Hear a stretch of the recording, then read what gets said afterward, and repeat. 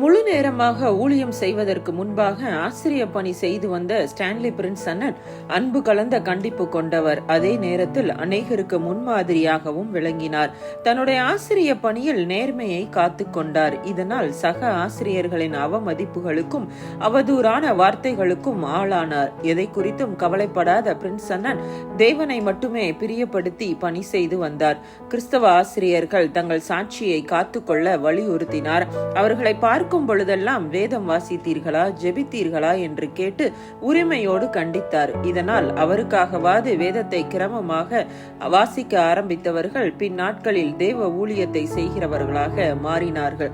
தலைமை ஆசிரியர் தவறு செய்தால் கூட அவரையும் கண்டிக்க சிறிதும் அஞ்ச மாட்டார். மனிதர்களுக்காகவும் சூழ்நிலைகளுக்காகவும் தன்னுடைய நிலையிலிருந்து ஒருபோதும் மாறாதவர் பிரின்ஸ் அண்ணன். இன்று நாம் நம்முடைய வேலை ஸ்தலங்களில் எப்படி வாழ்கிறோம்?